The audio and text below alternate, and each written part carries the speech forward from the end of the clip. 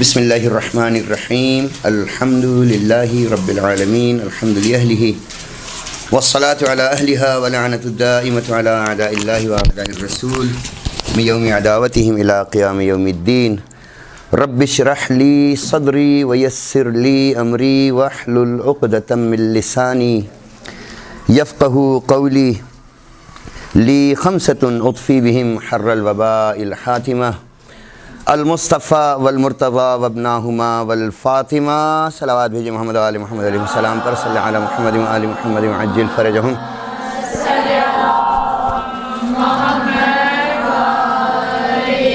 اما بعد، الحمدللہ تجوید قرآن کریم کی آج دوسری کلاس۔ پہلی کلاس کا خلاصہ ہم نے معلوم کیا کہ اس فن علم تجوید کی ضرورت کیوں محسوس ہوئی اور اس علم تجوید کا بانی موجد اور اس فن تجوید کو ہم تک پہنچانے والی ذات اقدس کون سی ہے۔ ہمیں معلوم ہوا کہ فن تجوید میں حرف اس آواز کا نام ہے جس کا اعتماد کسی مخرج پر ہو، یعنی وہ کسی معین یا غیر معین مخرج سے ادا ہوتی ہو۔ حلق، دہن، لب وغیرہ کے کسی معین جز کو معین مخرج کہتے ہیں اور جوف الفم غیر معین مخرج۔ ہماری بحث کا خلاصہ یہ تھا کہ وہ حروف جو دہن سے ادا ہوتے ہیں ان پر ہم نے ذرا سی توجہ کی اور انہیں حاصل کیا، وہ حروف جو حلق سے ادا ہوتے ہیں ان کو ہم نے حاصل کیا۔ اصلہ یا حروف اللحویان یا کوے کے حروف کو ہم نے حاصل کیا، اور اس کے بعد خلائے دہن کے حرف ہم نے حاصل کیے۔ معلوم ہونا چاہیے کہ حروف کی تجوید کے لحاظ سے 9 قسمیں ہیں۔ حروف کی از نظر تجوید فی المخارج یعنی مخرج کے لحاظ سے 9 قسمیں ہیں۔ پہلے حروف حلقی تھے جنہیں ہم نے حاصل کیا۔ حرف حلقی شش بود ای، حرف حلقی شش بدان ای با وفا، حمزہ ہاؤ ہاؤ خاؤ عین و ہا۔ دوسری مقام پر ہم نے حروف حلقی کی از نظر تجوید دوسری قسم کو حاصل کیا، حروف لحات۔ تیسری قسم حروف شجری۔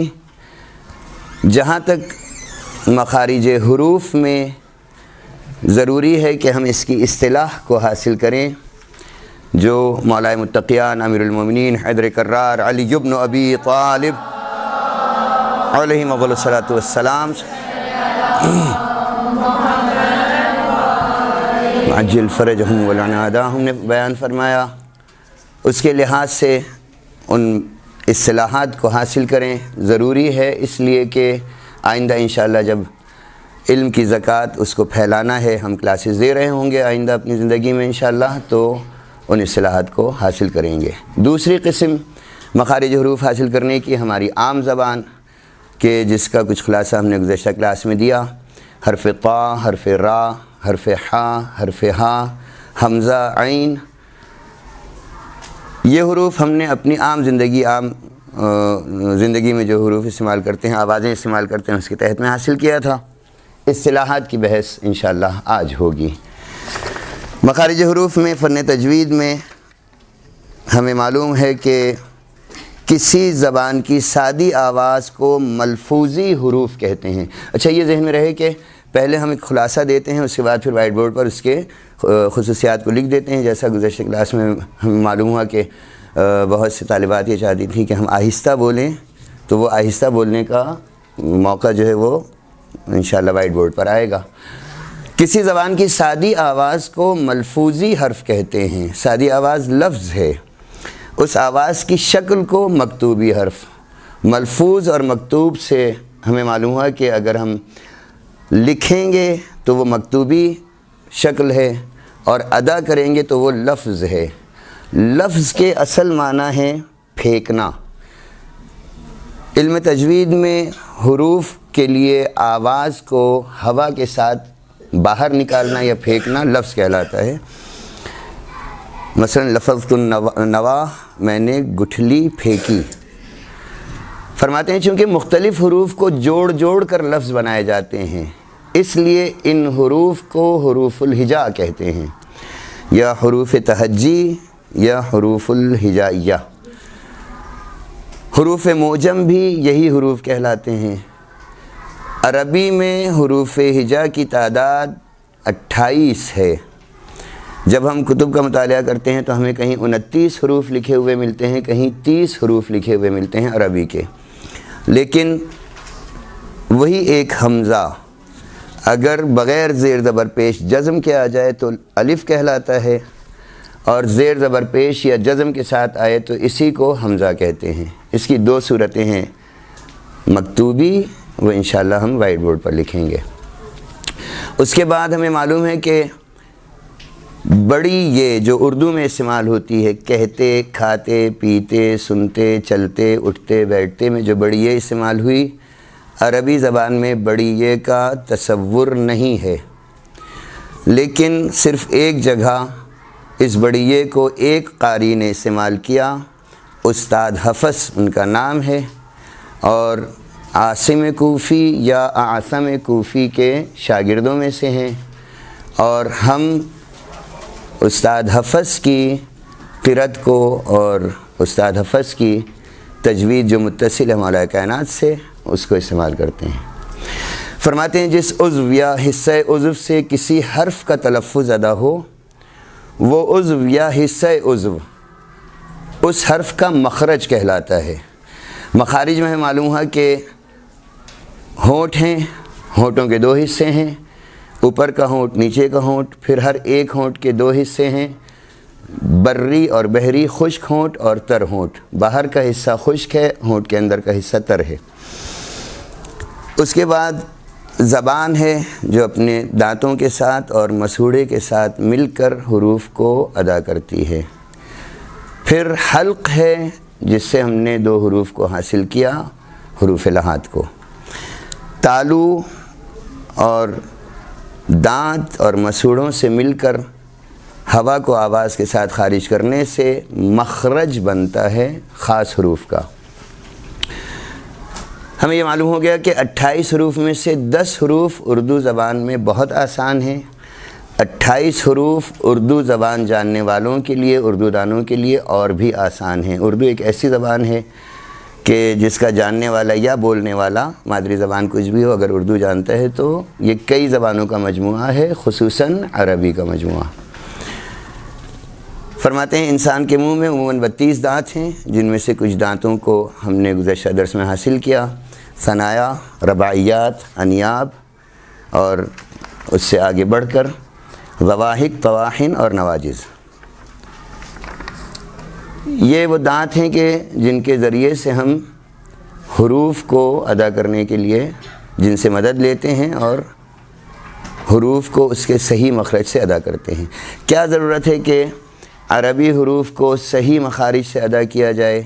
فرماتے ہیں کہ جب صحیح حرف سے عربی عبارت، خصوصاً قرآن کریم کی یا دعائیں جو معصومین علیہ السلام نے ہم تک پہنچائی ہیں، صحیح عربی میں ادا ہوں گی تو معنی صحیح ادا ہوگا۔ یہی وجہ ہے کہ نماز عربی میں ہے، اذان و اقامت عربی میں ہے، اور وہ اللہ کی وہ زبان ہے جسے اللہ نے ہر ایک کے لیے آسان کیا۔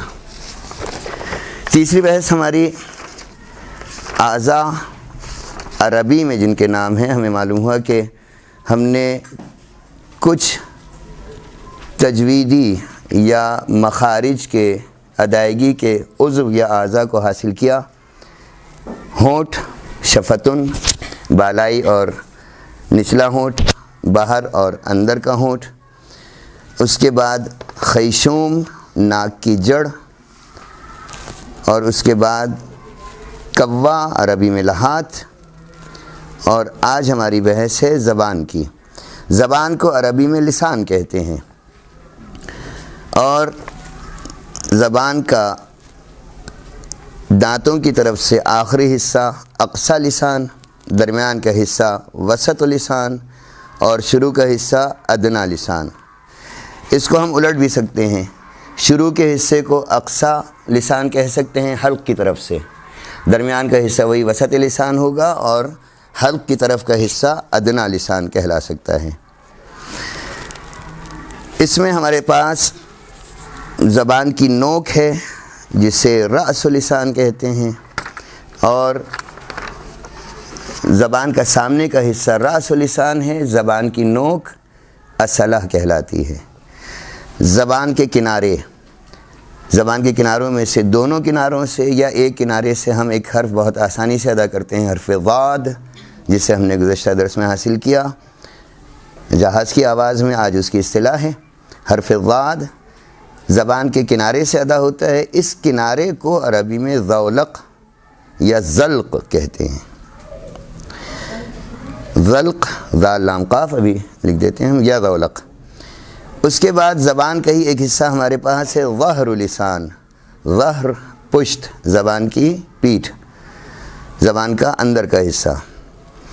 زبان کا درمیانی حصہ جو اوپر کے تالو سے ٹکرائے، اوپر کا تالو اور زبان کا درمیانی حصہ شجر کہلاتا ہے۔ جیسا ہم نے عرض کیا کہ درخت کے تنے پر اگر ہم ہاتھ پھیرتے ہیں تو اس میں کہیں ابھار ہے، کہیں گھاؤ ہے، اس لیے اسے شجر کہتے ہیں۔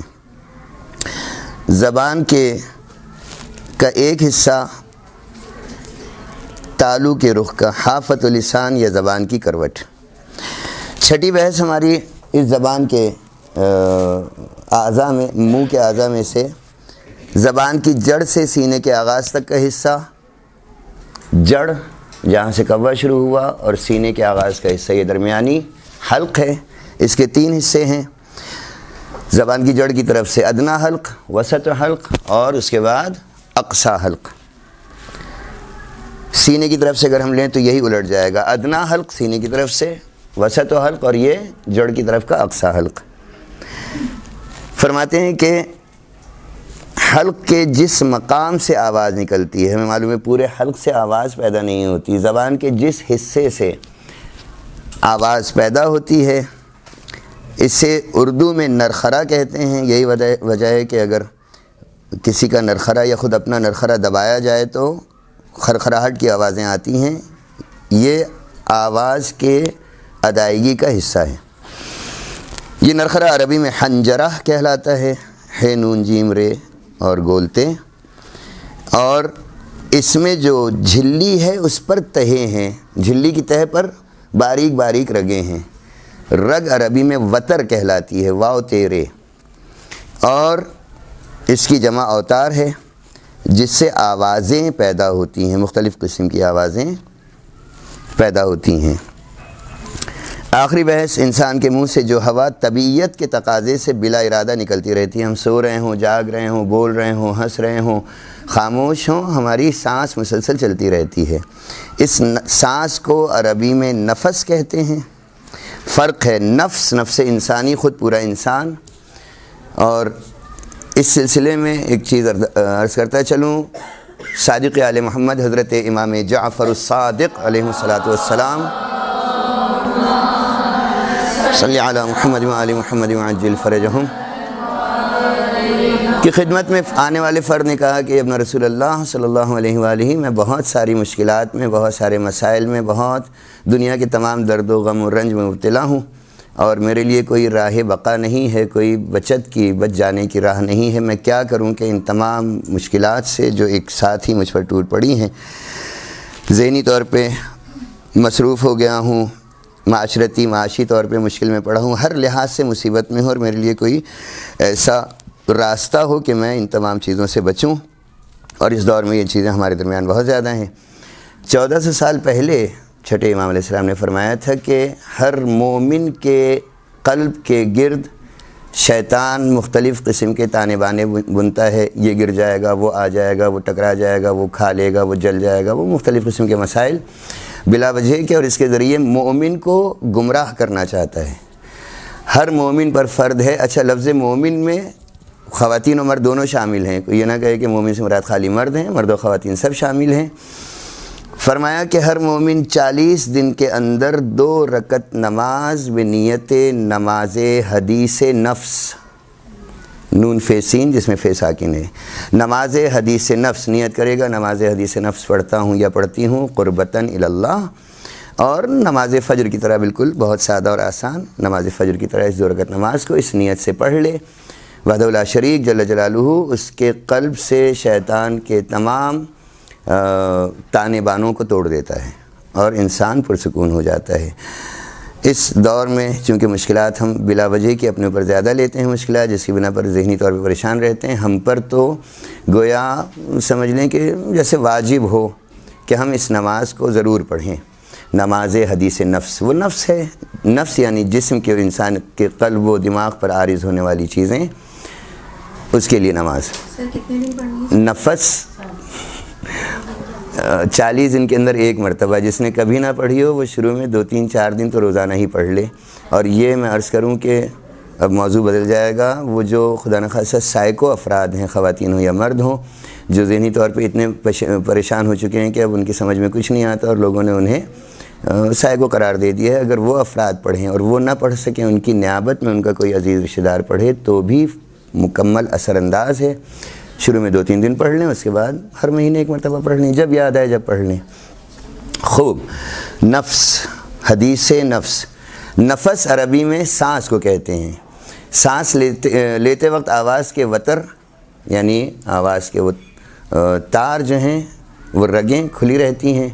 جب کوئی آواز قصد کے ساتھ، ارادے کے ساتھ نکالنا ہو تو یہ وتر آپس میں مل جاتے ہیں، ہوا ان وتروں میں سے گزرتی ہے تو اس میں تحرک، تموج پیدا ہوتا ہے، اس کے اندر حرکت پیدا ہوتی ہے اور فم حلق کے سمٹنے اور پھیلنے سے آواز آہستہ اور تیز ہوتی ہے۔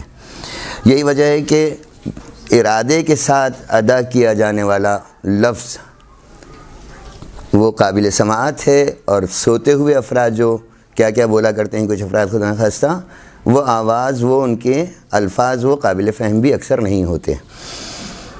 یہ ہماری آج کی انشاءاللہ بحث کا ایک خلاصہ عبارت کے لحاظ سے ضروری ہے کہ ہمیں معلوم ہو حروف، جو پہلی بحث ہے آج کی 28 ہیں، اور ان حروف میں 3 شقیں ہیں، 3 راستے ہیں۔ خود حرف کی ادائیگی کی مقدار، اگر حرف کے اوپر زیر، زبر یا پیش لگے تو ان حرکات کی ادائیگی کی مقدار، پھر اگر حرف کے اوپر چھوٹا مد لگے تو اس چھوٹے مد کی ادائیگی کی مقدار، اور اگر حرف کے اوپر بڑا مد آ جائے تو اس بڑے مد کی ادائیگی کی مقدار۔ بہت آسان ہے، بہت سادہ ہے، ہم اصطلاح میں نہیں جائیں گے ابھی۔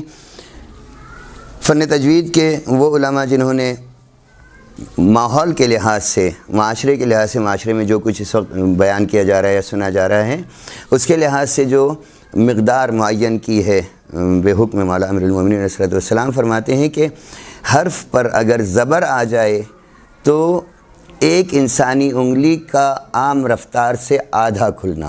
مثلا حمزہ زبر آ نہیں کہیں گے، حمزہ زبر آ، با زبر با، تا زبر تا، یہی پیش اور زیر کے لیے، حمزہ پیش او نہیں کہیں گے، با پیش بو، تا پیش تو۔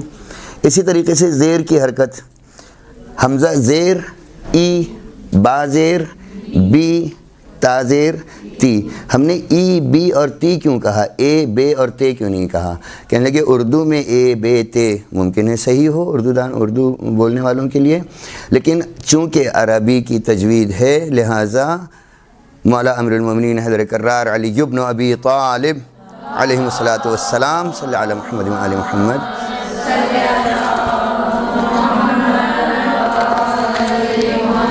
فرماتے ہیں کہ عربی کے زیر کے حرف کو ایسے کھینچا جائے، ایسے پڑھا جائے کہ اگر اس سے ہم مقدار دگنی کر دیں تو وہ عربی کا حرف واو بن جائے۔ مثلا حمزہ پیش او، حمزہ واو پیش او، با پیش بو، با واو پیش بو، با پیش بو نہیں کہہ سکتے۔ یہی وجہ ہے کہ الحمدللہ ممکن ہے اردو میں صحیح ہو، اردو دانوں کے لیے صحیح ہو، لیکن از لحاظ علم تجوید الحمدللہ غلط ہے۔ تجوید میں حکم مولا کائنات کیا ہے؟ الحمدللہ رب العالمین۔ خوب، اسی طریقے سے اگر ہم زیر کو کھینچتے ہیں تو وہ یا کی آواز پیدا کرے گا. حمزہ زیر ای، حمزہ یا زیر ای. خالی زبر، زیر اور پیش کی ادائیگی کی مقدار ایک انسانی انگلی کا عام رفتار سے آدھا کھلنا. فرماتے ہیں اگر زبر آ جائے، زبر کے ساتھ الف آ جائے، زیر کے ساتھ یا آ جائے یا پیش کے ساتھ واو آ جائے تو ایک انسانی انگلی کا عام رفتار سے پورا کھل جانا. حمزہ واو پیش او. یہی وجہ ہے اکثر افراد جب اعوذ باللہ پڑھتے ہیں تو اس کو اعوذ باللہ پڑھ دیتے ہیں. اعوذ باللہ کا کوئی معنی نہیں ہے. حمزہ زبر عین واو پیش او، ذال پیش ذو، اعوذ. اکثر پڑھنے والے وہ کیا کرتے ہیں؟ اعوذ باللہ. یا سورہ قدر میں بسم اللہ الرحمن الرحیم، قل بسم اللہ الرحمن الرحیم پڑھیں. احسن. کہاں پر ہے غلطی، کہاں پر کرتے ہیں؟ انا انزلناہ فی لیلۃ القدر. فا زیر فی ہے، فا یا زیر فی. بہت احتیاط رکھنا ہے. اگر ایک حرف بھی جان بوجھ کر نماز میں کم کر دیا تو حکم شریعت کیا ہے؟ نماز باطل. نماز میں قرأت میں ایک حرف بھی جان بوجھ کر کم یا زیادہ کر دیا، نماز باطل. فی لیلۃ القدر، فی لیلۃ القدر. یا سورہ حمد کا آخر وَلَضَّالِّينَ کھینچتے چلے جا رہے ہیں، جبکہ وہاں صرف لام یا زیر لی نون ساکن.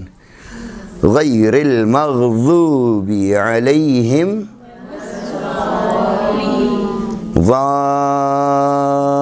ضالین. لین اس کو کھینچنا، 3 4 5 6 حروف پیدا کر دینا نماز کو. معذرت. فرمایا کہ زیر کے ساتھ یا آ جائے، پیش کے ساتھ واو آ جائے یا زبر کے ساتھ الف آ جائے تو اس حرف کی ادائیگی کی مقدار ایک انسانی انگلی کا عام رفتار سے پورا کھل جانا. با الف زبر با، نون واو پیش نو، یا زیر یی. درست ہے.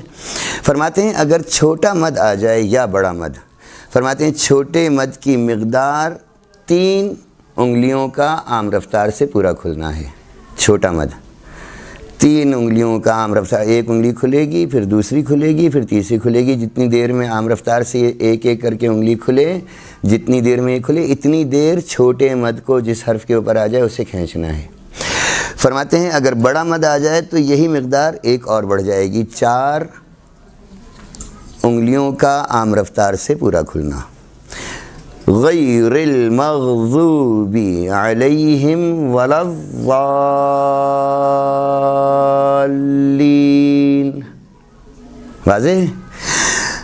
اس کے بعد اجازت دی ہے اس میں کہ آپ بڑے مد کو 3 انگلیوں کی مقدار بھی کھینچ سکتے ہیں، چھوٹے مد کو 2 انگلیوں کی مقدار بھی کھینچ سکتے ہیں. اور یہ اس وجہ سے دیا گیا کہ عموماً نماز جماعت میں امام جماعت کی خاص طور پہ ذمہ داری ہے کہ وہ جماعت میں موجود ضعیف افراد کو، مریضوں کو اور بچوں کو مد نظر رکھے. معلوم ہوا کہ وہ نماز شروع کی تو اب آدھے گھنٹے تک جو ہے وہ 3 رکعت مغرب ہی چل رہی ہے، جس میں بڑے بیچارے تھک کے بیٹھ گئے، دوبارہ آنا ہی چھوڑ دیا انہوں نے کہ بڑی تفصیلی نماز ہے.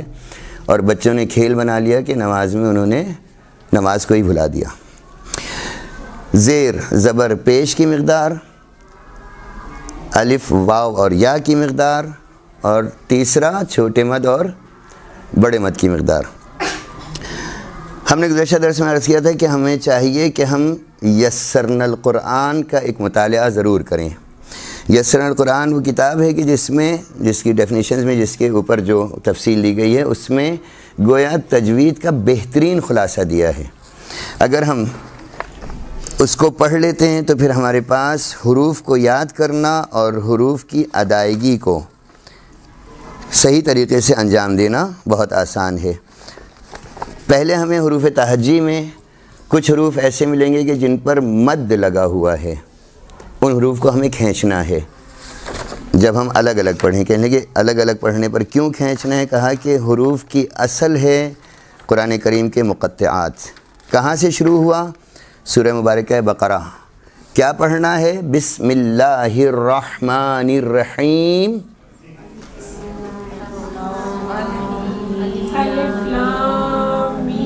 احسنتم۔ اس کے بعد مثلا سورہ مبارکہ مریم ہے، کیسے پڑھنا ہے؟ بسم اللہ الرحمن الرحیم۔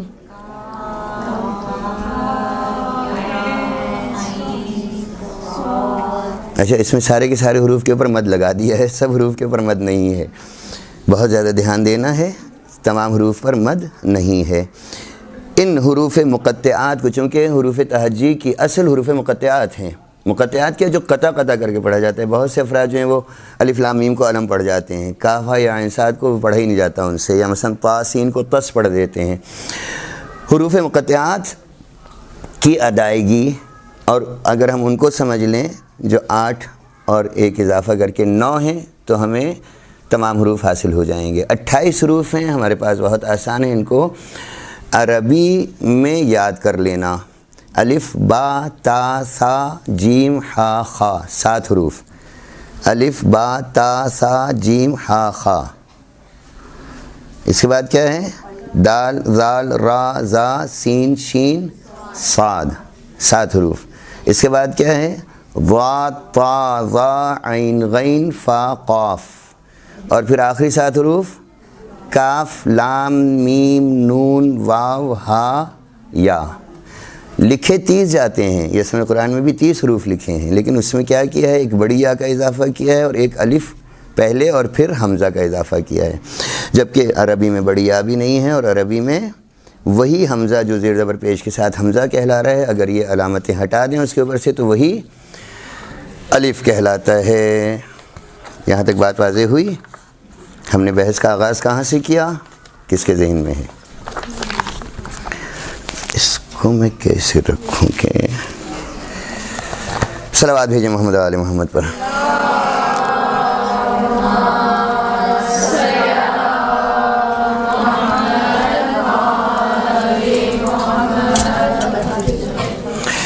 سب سے پہلے ہمارے پاس آج کی بحث، جس کا ہم نے خلاصہ دیا، تجوید کا علم، علم تجوید یا علی۔ بحث ہے ہماری بسم اللہ الرحمن الرحیم، مخارج حروف کی، اور اس میں ہمیں معلوم ہوا کہ فن تجوید میں حرف اس آواز کا نام ہے جس کا اعتماد سے مراد ہے کہ پھر سوتا ہوا فرد جو ہے وہ جو کچھ بھی کہہ رہا ہے وہ بغیر کسی اختیار اور اعتماد کے کہہ رہا ہے، کسی مخرج پر ہو،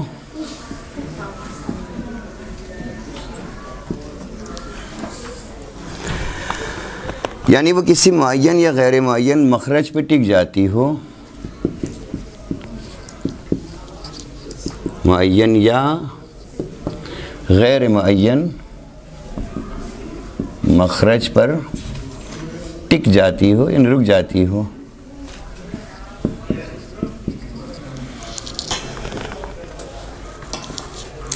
عربی میں حروف ہجا کی تعداد کیا ہے؟ حروف ہجائیہ یا تہجی یا حروف ہجا کتنے ہیں؟ 28 ہیں۔ یہ ہم نے پچھلے درس میں لکھا تھا، یہ حروف پچھلے درس میں ہم لکھ چکے ہیں، صحیح۔ خوب، ان تمام کی ادائیگی مخصوص مخرج سے ہے۔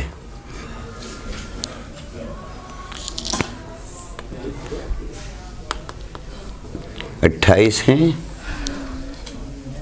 ان کی ادائیگی مخصوص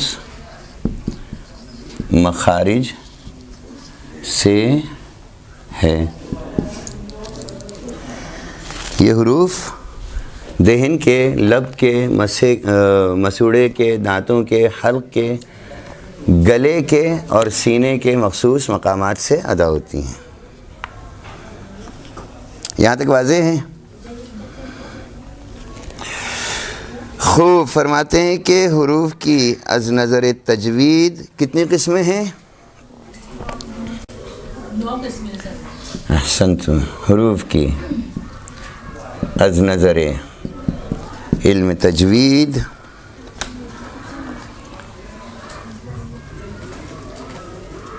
اور مخرج کے لحاظ سے 9 اقسام ہیں۔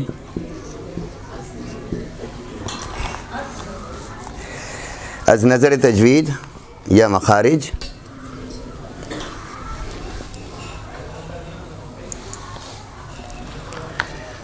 اس میں ہمیں معلوم ہوا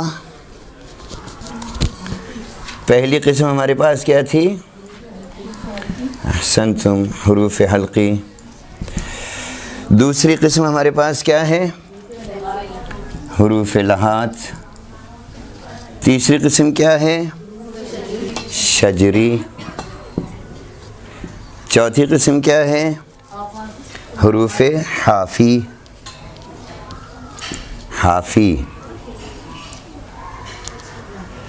جہاں ہم نے کہا تھا لحاف یہی ہے کہ وہ لپٹ جاتا ہے۔ پانچویں قسم ہمارے پاس ہے حروف حافی۔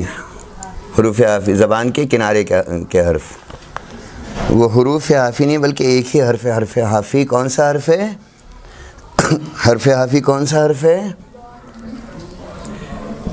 جہاز اڑانا۔ کون سا حرف ہے؟ جہاز اڑانا۔ جہاز کیسے اڑایا تھا بچپن میں؟ واد۔ پانچویں قسم ہمارے پاس ہے حروف ذولقیہ۔ چھٹی قسم ہے ہمارے پاس ذولقیہ، حروف ذلقی۔ چھٹی قسم ہے حروف نطعیہ یا نطعیہ، نون کے نیچے زیر بھی ہے، تا مجزوم بھی پڑھ سکتے ہیں اور مفتوح بھی، جزم کے ساتھ بھی پڑھ سکتے ہیں اور زبر کے ساتھ بھی، حروف نطعیہ یا نطعیہ۔ ساتویں قسم ہے ہمارے پاس حروف لثویہ۔ لسا کیا بتایا تھا کیا ہے؟ مسوڑھا۔ لثویہ، لام سے واو یہ ہے۔ آٹھویں قسم ہے ہمارے پاس حروف صفیریہ۔ صفیر عصفور سے ہے، چڑیا، چڑیا کی سیٹی کی سی آواز۔ اور نویں اور آخری قسم ہے ہمارے پاس حروف شفہیہ، شین فے ہے یہ۔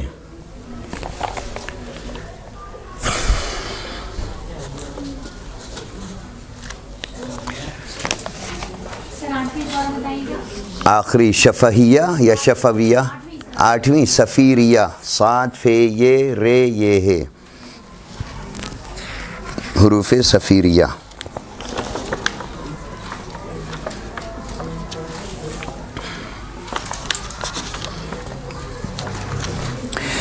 لکھ لیا؟ سب نے لکھ لیا؟ ہماری گزشتہ بحث میں اعضائے صوت میں ہمیں معلوم ہوا تھا شفتن، شفتان، بری اور بحری، یاد ہے؟ دوسرا حروف کی نظر تجوید و مخارج اقسام کو، حروف حلقی پہلی قسم ہمارے پاس از نظر مخارج حروف کی پہلی قسم حروف حلقی ہے۔ حروف حلقی 6 حروف ہیں، حمزہ ہاء عین و حاء غین و خا۔ اس کے بعد حروف لحاظ ہیں، کاف اور قاف، پھر حروف شجری ہے، پھر حروف حافی ہیں، 5ویں نمبر پہ حروف ذولقیہ ہیں،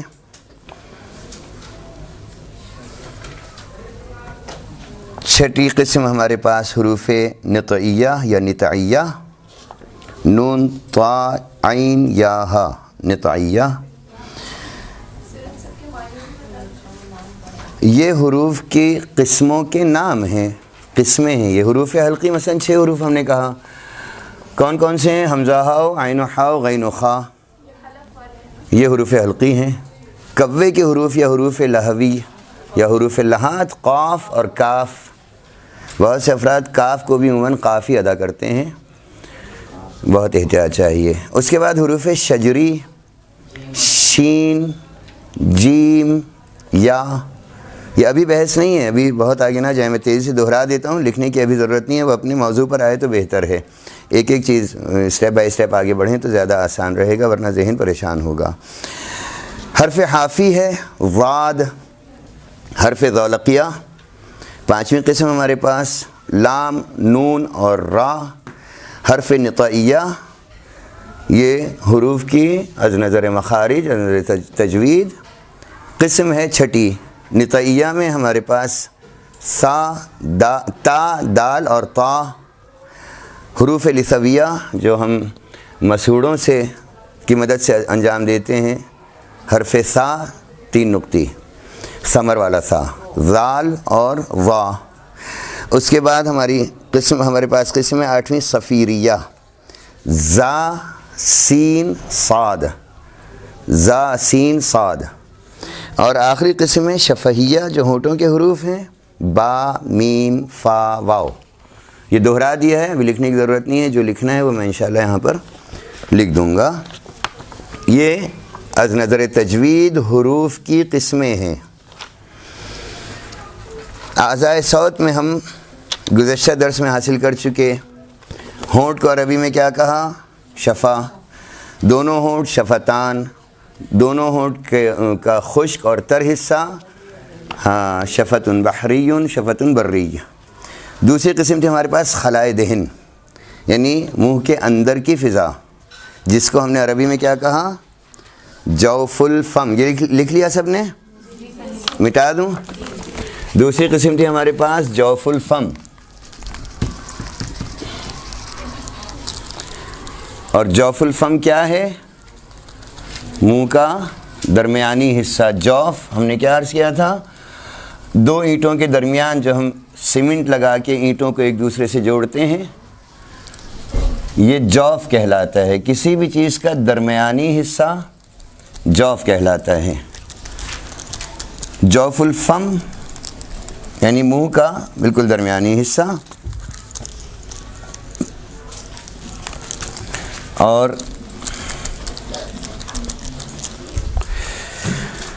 اس کے بعد ہم پہنچے تھے خیشوم تک. خیشوم کسے کہا تھا؟ نتنوں کے تسلسل میں تالو کے اوپر جو خلا ہے اسے اردو میں ناک کی جڑ کہتے ہیں. ناک کی جڑ عربی میں خیشوم کہلاتی ہے. ناک کی جڑ عربی میں کیا کہلائے گی؟ خیشوم. خود ناک کو کیا کہتے ہیں عربی میں؟ الانف بالانفی. ناک کیا کہلائے گی؟ انف. آیت قرآنی ہے، خون کا بدلہ خون، قرآن کا قانون. الانف بالانفی والاذن بالاذنی. اگر کسی نے ناک توڑی ہے تو ناک توڑی جائے اس کی، کسی نے کان کاٹا ہے تو کان کاٹا جائے. خوب. انف. خیشوم کو اس نسبت سے کہ وہ بالکل جڑ میں ہے کیا کہنا چاہیے؟ الاقصى الانف. ہاں یہ الف لام زیادہ ہے. اقصى الانف. اقصى الانف کیا کہنا چاہیے؟ چونکہ جڑ میں ہے بالکل. اقصى دور، ناک کا آخری حصہ. کس طرف سے؟ ہونٹوں کی طرف سے جب ہم لیتے ہیں تو ناک کا بالکل آخری حصہ ہے اقصى الانف.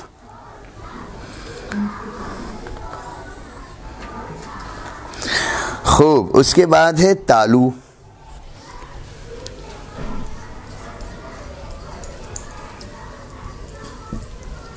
تالو. تالو کیا کہلاتا ہے؟ صاحب فرماتے ہیں کہ حنک. حنک. اوپر کا تالو ہوگا الحنکل. الحنکل اعلیٰ. اوپر کا تالو کیا کہلائے گا؟ الحنک الاعلیٰ. حنک الاعلیٰ. واضح ہے؟ اسفل نیچے کا تالو. نیچے البتہ تالو نہیں ہے، وہ زبان کی پشت ہے، ظاہر اللسان. وہ تالو نہیں کہلاتا نیچے کا، تالو اوپر کا ہی کہلاتا ہے. البتہ پیر میں تلوا کہلاتا ہے، پیر کا نچلا حصہ تلوا کہلاتا ہے۔ خوب، سر اکثر انف کا مطلب کیا ہے؟ ناک کا دور ترین حصہ، ناک کی جڑ، زبان کی طرف سے ناک کی جڑ، ناک کا دور ترین حصہ۔ جب ہم ہونٹوں کی طرف سے چلتے ہیں تو زبان کے بالکل آخر میں یہ ناک کے دونوں بانس آ رہے ہیں، دونوں سوراخ آ رہے ہیں۔ سانس لیتے ہوئے ہم دیکھتے ہیں ہمارا حلق کہاں پر ٹھنڈا ہو رہا ہے، مثلا ٹھنڈی ہوا میں، یا مثلا کہا حالت روزہ میں آپ ناک کے ڈراپس نہ ڈالیں، کہنے لگے کیوں؟ کہا کہ وہ فوراً حلق تک پہنچ کے اس کا مزہ حلق میں اتر جاتا ہے، لہٰذا وہاں پر احتیاط کرنا ہے۔ اقصل انف، ناک کی جڑ، زبان کی طرف سے، ہونٹوں کی طرف سے ناک کا آخری حصہ، یہاں سے شروع ہوئی ناک اور آخری حصہ۔ فرماتے ہیں کہ تالو عربی میں کیا ہوا؟ الحنک الاعلی، مسوڑھا۔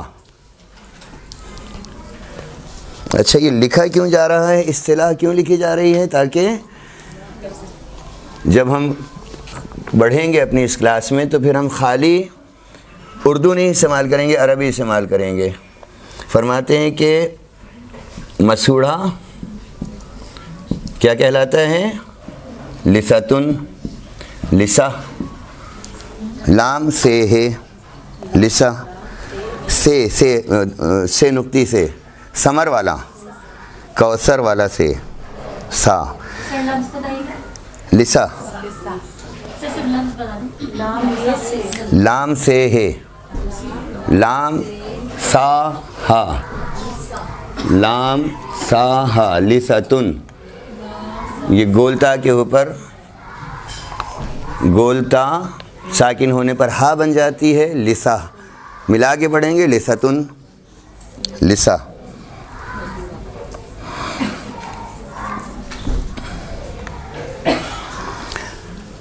خوب،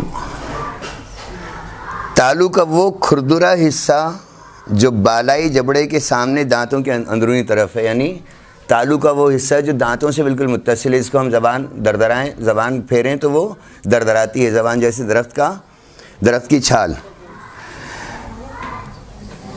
اس حصے کو تالو کا وہ کھردرا حصہ، تالو کا وہ کھردرا حصہ جو بالائی جبڑے کے سامنے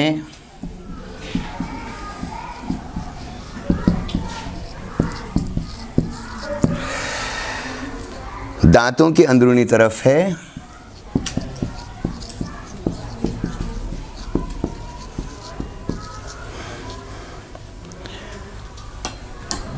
اسے نطعن یا نطعن، نون طا عین، نون طا عین، نطعن یا نطعن کہتے ہیں۔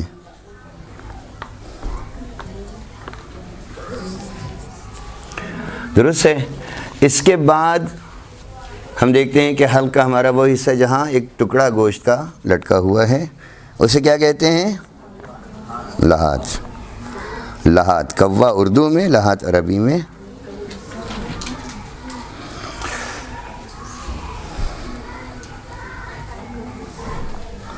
لکھ لیا؟ زبان کو عربی میں کیا کہتے ہیں؟ لسان۔ نرم ہو تو بہترین ہے، سخت ہو تو خاندان اجاڑ دے۔ بادشاہ نے بیربل سے کہا کہ حلال اعضاء میں سے سب سے بہترین عضو کون سا ہے جسے انسان کھائے؟ کہنے لگے زبان، زبان۔ کہا کہ حلال جانور کا کون سا عضو ہے جو انسان کھائے تو بدترین ہے؟ کہنے لگے زبان۔ کہا اعلیٰ ترین بھی زبان اور اسفل ترین بدترین بھی زبان، کیوں؟ کہنے لگے یہی زبان ہے، نرم ہو تو خاندان بنا دے، سخت ہو تو خاندان، سگے بھائی بہنوں کو جدا کروا دے، والدین کو اولاد سے، اولاد کو والدین سے۔ لہذا قولوا قولا سدیدا، حکم خاتم المرسلین رحمت للعالمین محمد مصطفیٰ صلی اللہ علیہ وآلہ وسلم۔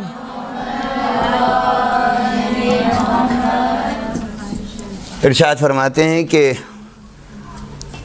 قرآن کریم کے اس قول کو دہراتے ہیں، قولوا قولا سدیدا، ہمیشہ اپنی زبان بات چیت میں نرم رکھو، لیکن محرم اور نامحرم کے درمیان زبان کو سخت رکھنا ہے، کبھی بھی وہاں پر نرم نہ کیا جائے زبان کو۔ خوب، زبان عربی میں لسان ہے، اس کے 3 حصے ہوں گے۔ لسان کا اقصی لسان، وسط لسان اور ادنا لسان، دونوں طرف سے۔ اگر ہم ہونٹوں کی طرف سے کہیں تو ادنا لسان کون سا حصہ بنے گا؟ زبان کا سامنے کا حصہ۔ ہونٹوں کی طرف سے وسط لسان، زبان کا درمیانی حصہ، اور ہونٹوں کی طرف سے زبان کا دور ترین حصہ کیا کہلائے گا؟ اقصی لسان، اقصی قصی دور۔ لیکن حلق کی طرف سے چلیں، سینے کی طرف سے چلیں تو زبان کا قریب ترین حصہ کیا کہلائے گا؟ ادنا۔ درمیانی حصہ زبان کا ہونٹوں کی طرف کا آخری حصہ اقصی لسان۔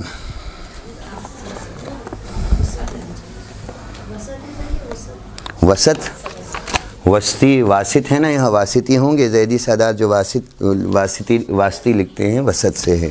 واسط البتہ عراق کے ایک شہر کا نام ہے جہاں حضرت زید علیہ السلام رہے، کناسہ اور واسط۔ خوب، زبان کا سامنے کا حصہ، زبان کا سامنے کا پورا حصہ اگر ہم لیں، سامنے کا حصہ، زبان کا سامنے کا حصہ رأس لسان، رأس لسان، زبان کا سر۔ راس کیا کہلاتا ہے؟ سر، را حمزہ سین، رأس لسان، رأس لسان، را حمزہ سین۔ جی، زبان کا سامنے کا حصہ، دانے قریب کا یہ سامنے کا حصہ رأس لسان۔ اس کے بعد ہے زبان کی نوک۔ زبان کی نوک کیا ہے؟ الاسلتن، اسلہ، حمزہ سین لام اور گولتا۔ گولتا ساکن ہونے پر کیا بنے گی؟ ہا، فاطمۃ، فاطمہ، اسلتن، اسلہ۔ زبان کا کنارہ،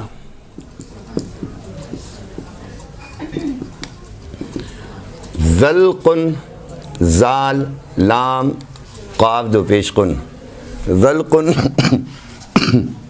یا ذولق، زال واو زبر ذو، زال واو زبر لام زبر قاف دو پیش، کیا بنا؟ ذولقن، ذولق، حرف آخر ساکن ہوگا، ذولق کہلائے گا۔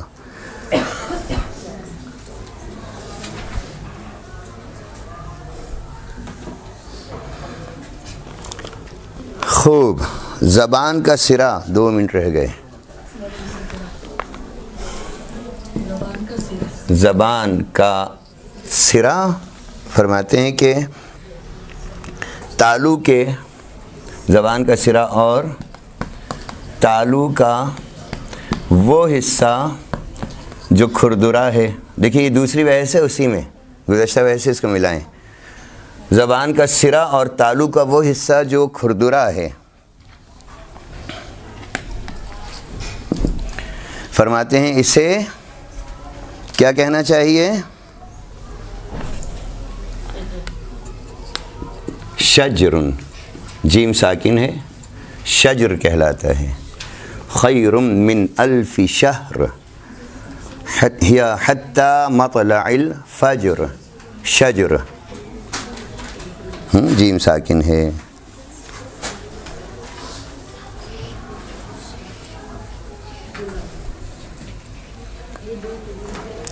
زبان کی کروٹ، زبان کی کروٹ کیا کہلانا چاہیے؟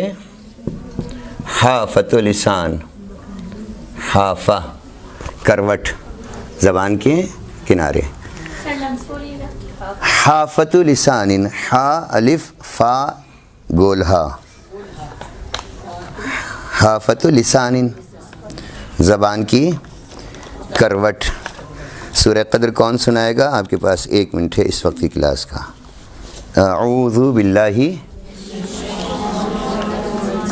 بسم اللہ الرحمن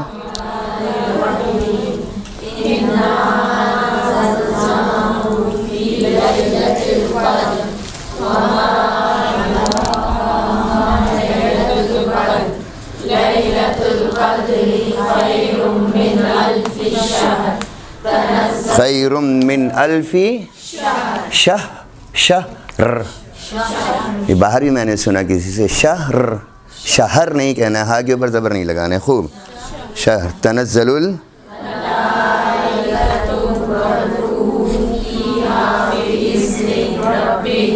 بے اذن یا بی اذنی؟ بے اذن نہیں ہوگا، بی اذنی ربہم، بِإِذْنِ رَبِّهِمْ مِنْ كُلِّ، 3 میم ہیں، بِإِذْنِ رَبِّهِمْ مِنْ كُلِّ،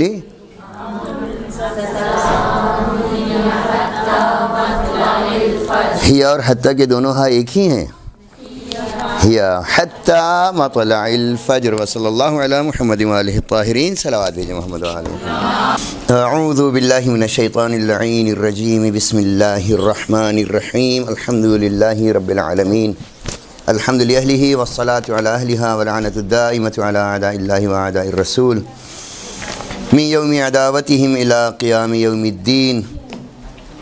رب اشرح لی صدری ویسر لی امری واحلل عقدۃ من لسانی یفقہوا قولی۔ لی خمسۃ اضفی بہم حر الوباء الحاطمہ، المصطفیٰ والمرتضیٰ وابناہما والفاطمہ، صلوات بھیجیں محمد وآل محمد پر۔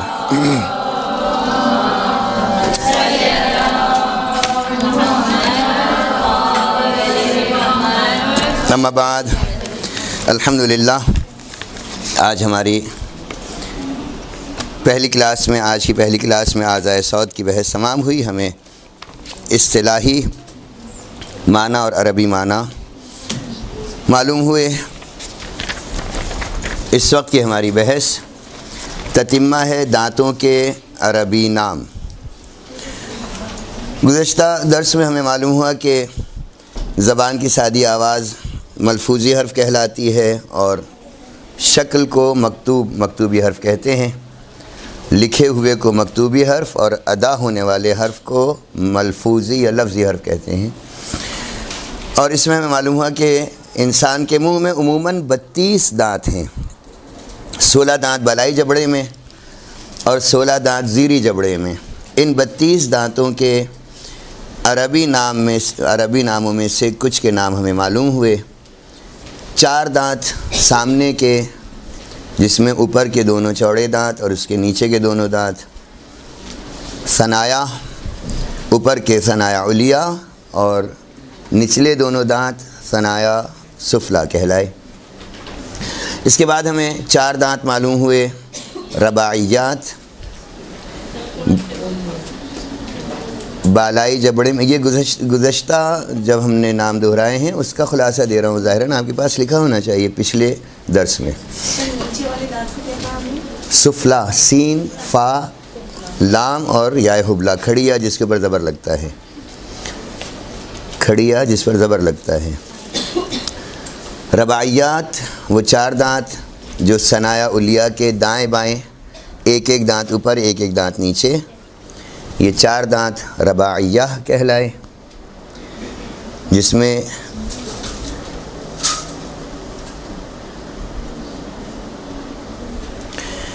فرماتے ہیں کہ یہ رباعیات اور قواطع بھی کہلاتے ہیں، قاف واو الف طا عین، ابھی وائٹ بورڈ پر آ جائے گا۔ قواطع بھی کہلاتے ہیں، ناموں کو میں دوبارہ لکھ دوں گا شروع سے۔ اس کے بعد پھر 4 دانت ہیں وہ نوکیلے دانت جو تیر کی نوک کی طرح ہیں، انیاب، ناب کہلاتا ہے تیر کی نوک، نوکدار دانت کو انیاب کہتے ہیں۔ ناب مفرد ہے، انیاب جمع ہے۔ یہ 4 دانت ہیں جو انیاب کہلائے، رباعیہ کے دائیں اور بائیں ایک ایک دانت، اور اوپر اور نیچے ٹوٹل 4 دانت۔ ان انیاب کو کواسر بھی کہتے ہیں، کسر سے، کسر یعنی توڑنا، توڑنے والے دانت۔ جب انسان مسکراتا ہے، جیسا ہم نے عرض کیا تھا کہ حضرت سید الساجدین زین العابدین امام سید سجاد علی ابن الحسین علیہ الصلاۃ والسلام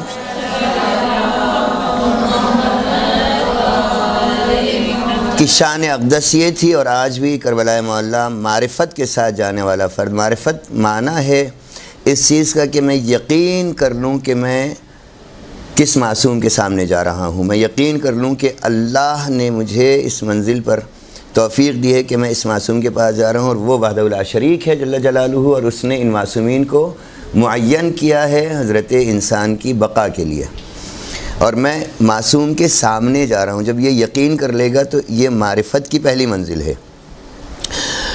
اور جانے والے کہتے ہیں کہ ہم جب غازی عباس علمدار علیہ السلام کے روضے کی جانب بڑھے تو ہماری جسم میں جھرجھری تھی، اور ہمیں خوف تھا اور ڈر تھا، اور ہم کانپ رہے تھے کہ ہم کس کی بارگاہ میں جا رہے ہیں۔ اور پھر وہاں سے جب ہم مظلوم کربلا علیہ السلام کی قبر اقدس کی جانب بڑھے تو ہم اور زیادہ کانپ رہے تھے کہ ہمارے ہیبت کے ہمارے دل ہمارے قابو میں نہیں تھے۔ ہیبت یعنی معرفت کے میں پہنچ گیا ہوں اس منزل پر اپنے معصوم امام کے بالکل سامنے، میں اس وقت امام کے سامنے ہوں۔ اس ہیبت کی بنا پر چوتھے امام کے پاس آنے والے افراد بول نہیں سکتے تھے، مجھ سے کوئی کلام نہیں کر سکتے تھے، نظریں نہیں اٹھتی تھیں ان کی۔ تو شاعر نے کہا کہ یغضی حیاء و یغضا من مہابتہ فلا یکلم الا حین یبتسم، کہا کہ ان کی ہیبت اور ذات اقدس کا لوگوں کے دلوں کے اندر احترام اتنا تھا کہ نظریں جھکی رہتی تھیں، منہ بند رہتے تھے۔ جب امام کے چہرے پہ مسکان آتی تھی، یعنی امام کے چہرے پر ذرا سی مسکراہٹ آتی تھی، تو لوگوں میں اتنی ہمت ہوتی تھی کہ وہ اپنا مسئلہ پیش کریں، اپنی بات کو دہرائیں۔ بس مومن کے لیے صرف مسکرانا کافی ہے، کہیں پر بھی قہقہے لگانا، ہنسنا زور زور سے، یہ مومن کی شان کے خلاف ہے، منافی ہے۔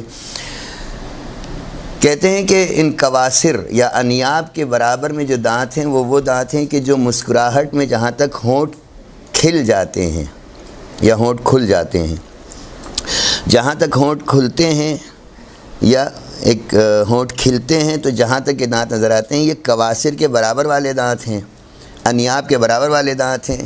چونکہ مسکراہٹ میں دانت یہاں تک نظر آتے ہیں، لہٰذا ان دانتوں کا نام رکھ دیا ضحک، ضاد ہا کاف، ضواحک اسی سے ہے جمع، ضحک یعنی مسکراہٹ میں نظر آنے والے دانت۔ یہ 4 دانت ہیں، ضواحک، ضحک۔ اس کے بعد پیسنے والے دانت ہیں جو غصے میں پیسے جاتے ہیں، طواحن، طحن۔ اللہ نصیب کرے مدینہ منورہ پہنچیں، شیخ علی ابن محمد عمری آیت اللہ العظمیٰ، اپنے وقت کا ایک عارف مجتہد جن کا انتقال اب سے چند سال پہلے ہوا، 4 سال پہلے، مدینہ منورہ میں ایک بڑی زمین انہوں نے اپنی قیمتی ترین زمینیں دے کر، اور وہ ایک زمین لے کر وہاں امام بارگاہ اور مسجد کی بنیاد رکھی ہے، اور دسترخوان حضرت امام مجتبیٰ علیہ السلام ہے وہاں۔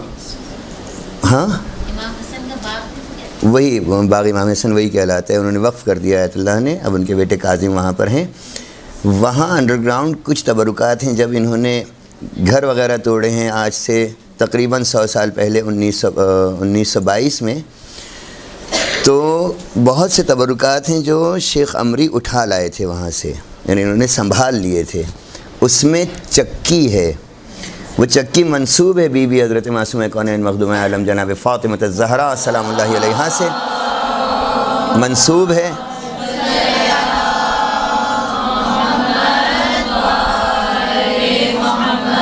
اور وہ چکی عربی میں طحن کہلاتی ہے، آٹے کو بھی طحن کہتے ہیں، پسا ہوا ہوتا ہے۔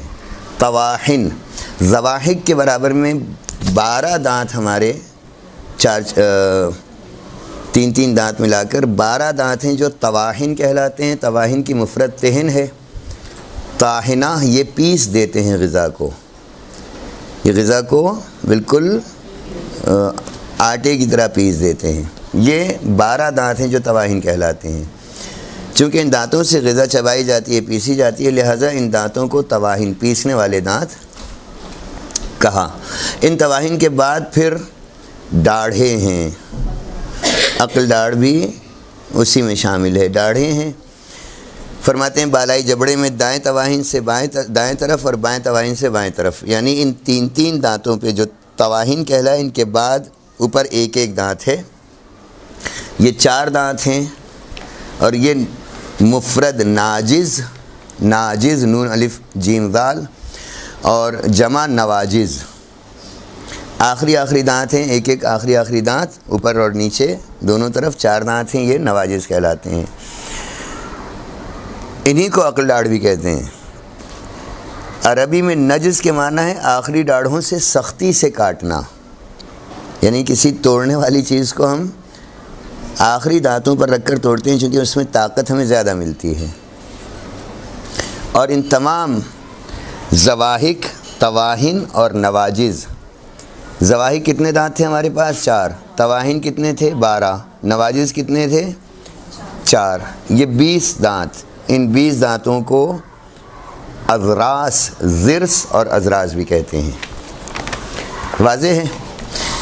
مخارج حروف میں ہمیں معلوم ہو چکا کہ وہ حرف جو ہمارے اختیار سے، اعتماد سے ادا ہو اور کسی معین یا غیر معین مخرج پر ٹک جاتا ہو، وہ علم تجوید کہلاتا ہے.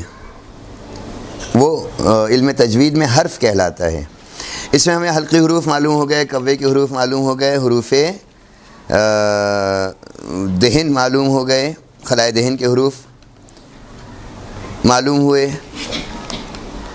ہم کوے کے حروف کو دوبارہ دہرا دیتے ہیں. زبان کی جڑ یعنی ہونٹوں کی جانب سے زبان کا آخری حصہ اقصی لسان، جب کوے سے متصل تالو کی جڑ یعنی تالو کے آخری حصے اقصی الحنک الاعلی سے ٹکرائے تو حرف قاف پیدا ہوتا ہے. قل هو اللہ.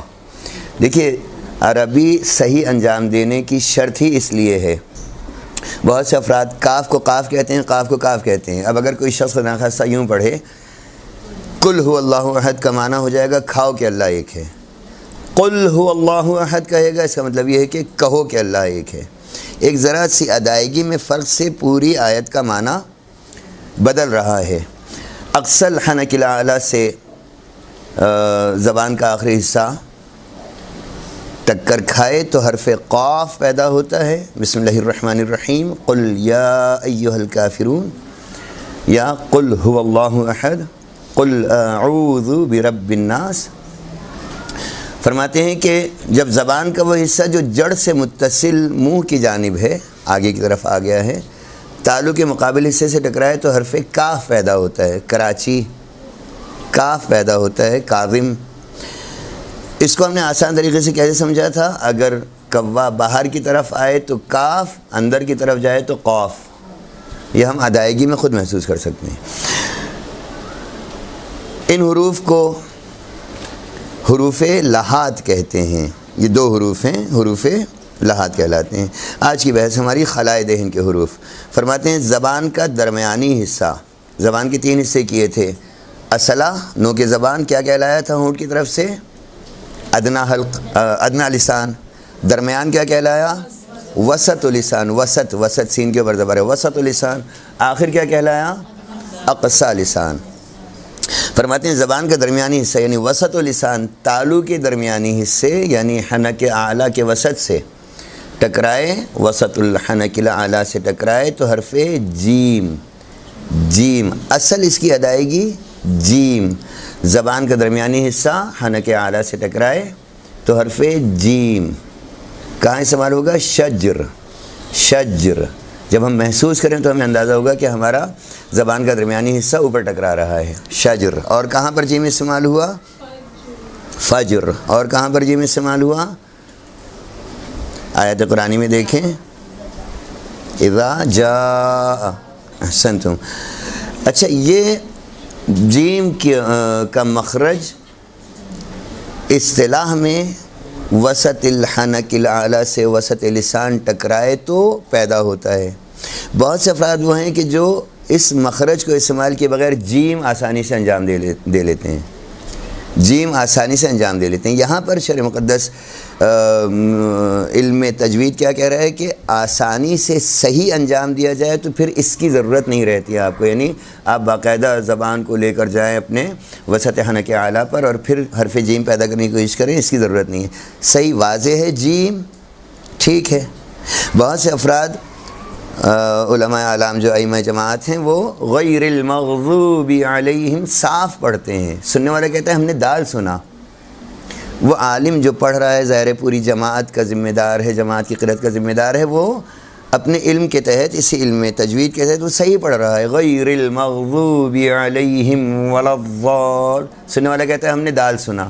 وہ آپ کے کانوں تک دال, آپ کو محسوس دال ہو رہا ہے, ورنہ یہ عالم جو امام جماعت ہے یہ ذمہ دار ہے, ذمہ داری اپنی نبھاتا ہوا علم حاصل کر کے آیا ہے. اور اگر کوئی بغیر علم حاصل کیے کھڑا ہو گیا تو پھر وہ 18 سال کا امام جماعت ہوگا جو یہودی تھا اور آ کر یہاں پنجاب میں کہیں امامت کر کے, اور دبئی میں اس نے کسی اینکر سے کہا کہ میں یہودی ہوں اور میں جا کے تمہارے مسجد میں امامت کرتا رہا 18 سال. خوب, بہت زیادہ احتیاط چاہیے. کہا کہ حرف جیم اسی وسط الحنک الاعلی اور وسط اللسان سے حرف شین, شین, اور یہیں سے حرف یا. جب ہم ادائیگی میں خود محسوس کریں تو ہم دیکھتے ہیں کہ یا ایاک نعبد, ایاک نستعین, ایاک نعبد و ایاک نستعین. یا بھی یہیں سے ادا ہو رہی ہے. حرف شین بھی یہیں سے ادا ہوگا. کس آیت میں, کہاں پر ہے؟ ان والشمس والشمس وضحاہا ان شانئک, ٹھیک ہے. اور اسی طریقے سے حرف جیم جس کی ہم نے مثال دیکھ لی. فرماتے ہیں کہ چونکہ یہ کھردرا حصہ ہے, تالو کا کھردرا حصہ, اس کا درمیانی خلا, اس لیے یہ شجر کہلایا. تو ان حروف کو تلفظ کی بنا پر اس کا نام رکھا الحروف الشجریہ, جیم ساکن شجریہ. فرماتے ہیں پہلو زبان کا پہلو, زبان کی کروٹ کیا کہلاتی ہے؟ حافۃ اللسان. احسنتم. حافہ زبان کی کروٹ, زبان کا پہلو, زبان کا کنارہ. فرماتے ہیں کہ پہلو زبان کا حرف حافۃ اللسان بالائی ڈاڑھوں کی جڑوں سے دائیں بائیں یا دونوں طرف لگائیں. ہم نے کیا مثال دی تھی پہلی کلاس میں؟ کیا مثال دی تھی؟ کیا کیا تھا ہم نے؟ زبان کا سیدھے ہاتھ کا حصہ سیدھے ہاتھ کی ڈاڑھ پر اوپر یا نیچے ٹکراتے ہوئے آواز کو ہوا سے خارج کیا, ملایا نہیں. ملا دیں گے تو دال بن جائے گا. قریب تر لا کے آواز کو ہوا سے خارج کیا. آواز کیا بنی؟ زبان پوری پھیلی ہوئی ہے, خالی کنارہ ہمارا اوپر کی ڈاڑھ یا نیچے کی ڈاڑھ سے ٹکرا رہا ہے. اس پر ہم نے اعراب لگا دیے, زبر زیر یا پیش. ذا ذو ذی. فرماتے ہیں کہ چونکہ ذات کے تلفظ میں حافہ لسان کو دخل ہے, اس لیے اسے حافہ لسان کی بنا پر الحرف الحافی کہا. حرف حافی کہنے کی وجہ صرف یہ ہے کہ یہ حافۃ لسان سے ادا ہو رہا ہے. فرماتے ہیں کہ احتیاط یہاں پر کرنا ہے کہ ذات کو باریک یا پر دال کی مانند ادا کرنا صحیح نہیں. یعنی غیر المغضوب دوب کہہ دینا صحیح نہیں ہے. اگر ذات کو اپنے صحیح مخرج سے تمام صفات ذات کی نگہداشت کے ساتھ ادا کریں تو اس کی آواز وا کی آواز کے مشابہ ہوتی ہے. وا کیا ہے؟ تو زوئے والا زوئے. وا کی مثال کیا ہے؟ ہم نے دیکھا ہوگا عموماً ہمارے صوبہ سرحد کے افراد نسوار کھاتے ہیں, اور پھر نسوار جب کھاتے کیا ہے, نسوار منہ میں رکھتے ہیں, اور جب نسوار تھوکنا ہوتی ہے تو بہت سے افراد کیا کرتے ہیں, زبان کو گول کرتے ہیں, نسوار کی گولی بنا کر زبان کو گول کر کے اس کی نوک سے ہوا کے ساتھ باہر پھینک دیتے ہیں. یا ہمارے ہاں چھوارے اور کھجور کھانے والے زبان کو گول کرتے ہیں, اس کی نوک پر کھجور رکھ کے اور ہوا کے پریشر سے اس کو باہر پھینک دیتے ہیں.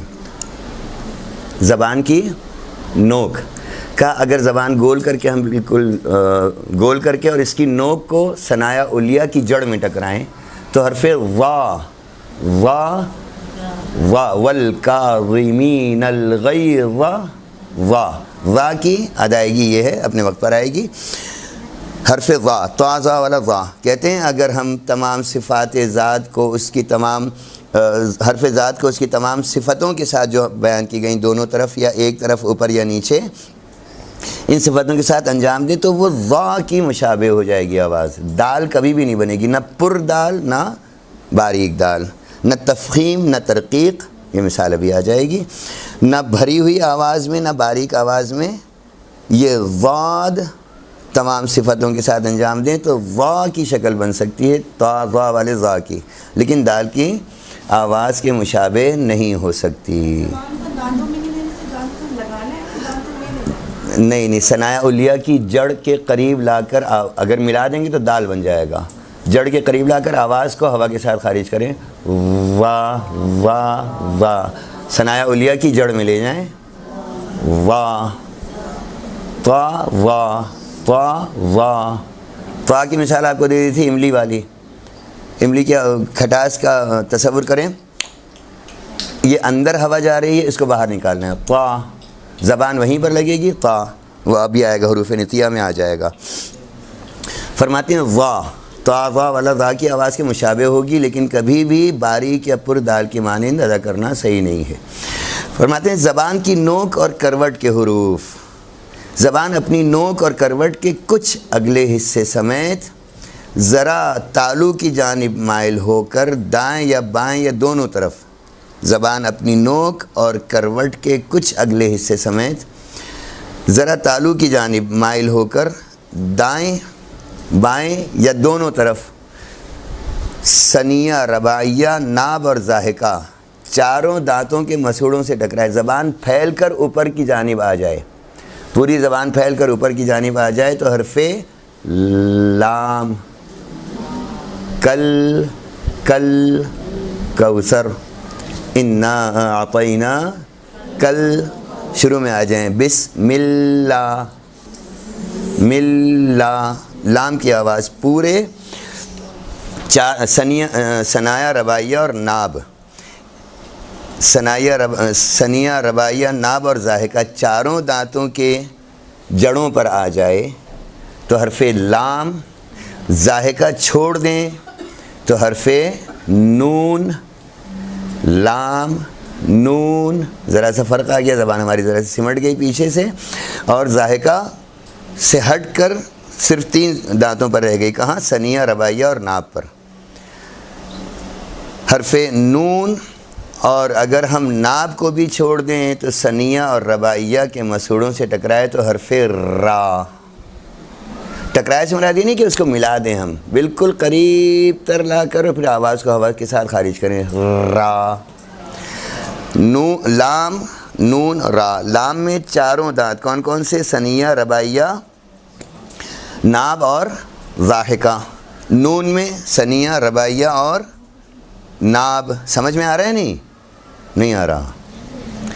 اور راہ کے لیے ثنیہ اور رباعیہ. بہت ذہن چاہیے، بہت ذہن چاہیے. ہمارے اساتذہ کہا کرتے تھے کہ علم دین کے لیے تو بالکل پہلے تو ایک چیز ذہن میں رکھیں، کمر سیدھی رہے گی تو سب کچھ سمجھ میں آئے گا، کمر ٹیڑھی رہے گی تو کچھ سمجھ میں نہیں آئے گا. خاتم المرسلین رحمۃ للعالمین محمد مصطفیٰ صلوات بھیجیں محمد وآل محمد صلی اللہ علیہ وآلہ وسلم. اللہم صلی علی محمد وآل محمد.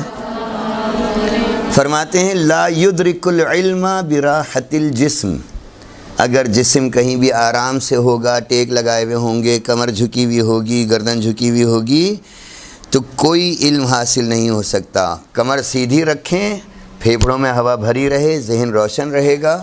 فرماتے ہیں جسم آرام میں آ جائے تو کوئی سا بھی علم حاصل نہیں ہو سکتا. کجاورت سے مولا کائنات کا بتایا ہوا علم آسان نہیں ہے، اس کے لیے بہت زیادہ طاقت چاہیے. اور الحمدللہ میڈیا کو رہبر معظم مدد اللہ علی میری روح اور میری جان ان کے راہ پر چلتی رہے کہ انہوں نے کہا کہ اس وقت ہم اس میڈیا کو استفادے کے لیے، اچھائی کے لیے استعمال کریں. اور ماشاءاللہ مدرسے نے جو ہے وہ پچھلی کلاس بھی دی ہوئی ہے، FB پر. اگر ہم اس کو 2-3 مرتبہ سنیں گے تب کہیں جا کے یہ کچھ سمجھ میں آئے گا. آسان چیز نہیں ہے، لہٰذا محنت چاہیے. ضاحکہ، رباعیہ، ناب اور ثنیہ کے کناروں سے زبان ٹکراتے ہوئے حرف لام. اگر ہم ضاحکہ کو چھوڑ دیں، خالی ثنیہ، رباعیہ اور ناب کو استعمال کریں تو نون، اور اور صرف ثنیہ اور رباعیہ کو استعمال کریں تو حرف را کی آواز نکلتی ہے. اچھا، اس میں ذہن میں یہ رہے کہ را کا تلفظ پشت زبان کا سرا استعمال کرنے پر ہے، یعنی زبان کی پشت، یعنی اوپر کا جو حصہ ہے اس کا سرا استعمال کرنے پر را، سرا آ گیا، را اس طریقے سے ادا ہوگا. چونکہ یہ تینوں حروف زبان کے کناروں سے، جس کو ہم نے کیا کہا، زولقیہ یا ذلق، زولقیہ سے ادا ہوتے ہیں، اس لیے انہیں ان تینوں حروف کو نام دیا حروف الزولقیہ، الحروف الزولقیہ. فرماتے ہیں کہ کنارے زبان کو عربی میں طرف اللسان بھی کہتے ہیں. لسان کا طرف، کنارہ، طرف اللسان بھی کہلاتا ہے زبان کا کنارہ. لہٰذا ان حروف کا ایک نام اور بھی رکھا ہے بعض قاریوں نے، کہتے ہیں حروف الطرفیہ. یہی تینوں حروف ہیں، طا، را، فا یا گولتا، حروف الطرفیہ. ابھی وائٹ بورڈ پر آ جائے گا، پھر لکھیں. فرماتے ہیں کھردر تعلق کے حرف نو کے زبان اور ثنایا علیہ کی جڑ سے بہت آسان ہے، جس کو ہم نے اپنے وقت کے لحاظ سے سیکھا. حرف طا ادا ہوگا. کیسے ادا ہوگا؟ کہتے ہیں نو کے زبان اور ثنایا علیہ کی جڑ، طا. جب ہم نے تصور کیا تو آواز ہوا اندر گئی اور آواز نکلی. جب طا کو انجام دینا ہے تو زبان کی نوک کو ثنایا علیہ کی جڑ سے قریب تر لے جائیں، بلکہ چپکا کر پھر آواز کو ہوا سے نکالیں تو طا. کہاں استعمال ہوا؟ صراط المستقیم. صراط نہیں کہنا ہے، منہ کو چونچ نہیں بنانا ہے. صراط مستقیم، صراط الذین، طا. یا حتی مطلع الفجر. فرماتے ہیں کہ یہی مخرج نو کے زبان اور ثنایا علیہ کی جڑ کا مخرج، اسی سے تا کی آواز بھی ادا ہوتی ہے. طا جس مقام سے نکل رہا ہے، اسی مقام مخرج سے تا بھی ادا ہو رہا ہے. کہاں استعمال ہوا؟ حرف تا کہاں استعمال ہوا؟ یا حتی مطلع. تا اور تا دونوں آ گئے ایک ہی آیت میں. فرماتے ہیں کہ یہی مخرج نو کے زبان اور ثنایا علیہ کی جڑ، طا اور تا کے بعد یہیں سے دال بھی ادا ہو رہا ہے. طا، تا، دال. دال کہاں استعمال ہوا؟ دال کہاں استعمال ہوا؟ بسم اللہ الرحمن الرحیم. اچھی مثال دی ہے، ہدل للمتقین، دل ہدل للمتقین. یا دعائے کمیل میں ایک جملہ ہے، مددت یدی، مددت یدی. دال بھی آ گیا، تا بھی آ گیا. مددت یدی ایک ہی مقام ہے، تا اور دال کا. فرماتے ہیں تا میں آواز بھاری ہے. تا منہ بھر کے ادا کیا جا رہا ہے، یعنی تفخیم کا حرف. تفخیم، منہ بھر کے حرف کو ادا کرنا کہتے ہیں تفخیم سے ادا کیا. تفخیم، تا، فا، خا یا میم. تفخیم سے ادا کیا یہ ہے تا، منہ بھر کے ادا کیا تفخیم سے. تا کیا ہے؟ ترقیق، رقیق ہے، یعنی بالکل سادہ ہے، بالکل عام ہے، باریک آواز. تا تفخیم سے، تا ترقیق سے. قاف تفخیم سے، کاف ترقیق سے. واضح ہے؟ لفظ تفخیم منہ بھر کے حرف کو ادا کرنا، منہ میں ہوا نہیں بھرنا ہے، یعنی بھاری آواز کے ساتھ. تا صراط ہاں. اور تا کہاں ہے؟ ہیا حتی، اردو میں بھی استعمال کرتے ہیں حتی. خوب. اور دال میں نہ بھاری آواز، نہ تفخیم سے، نہ ترقیق سے، درمیانی آواز ہے. ہدل للمتقین. فرماتے ہیں ان حروف کے تلفظ میں تالو کے کھردرے حصے، کیا کہا تھا ہم نے، کیا لکھا تھا؟ نطعن یا نطعن. نتع کا دخل ہے ان حروف کے تلفظ میں تالو کے کھردرے حصے کا نام کیا رکھا ہے شرح نے، کیا رکھا ہے قاری نے؟ نتعن. اس نسبت سے انہیں حروف نطعیہ یا نتعیہ کہتے ہیں. ٹھیک ہے. نون طا عین، نون طا عین، یہ کھردرے تالو کے حروف ہیں. نون طا عین. اس کے بعد ہے مسوڑوں کے حرف. مسوڑے کو عربی میں کیا کہا ہم نے؟ لساتن، لسا. نو کے زبان اور ثنایا علیہ کے ان کناروں سے جو مسوڑوں سے ملے ہوئے ہیں.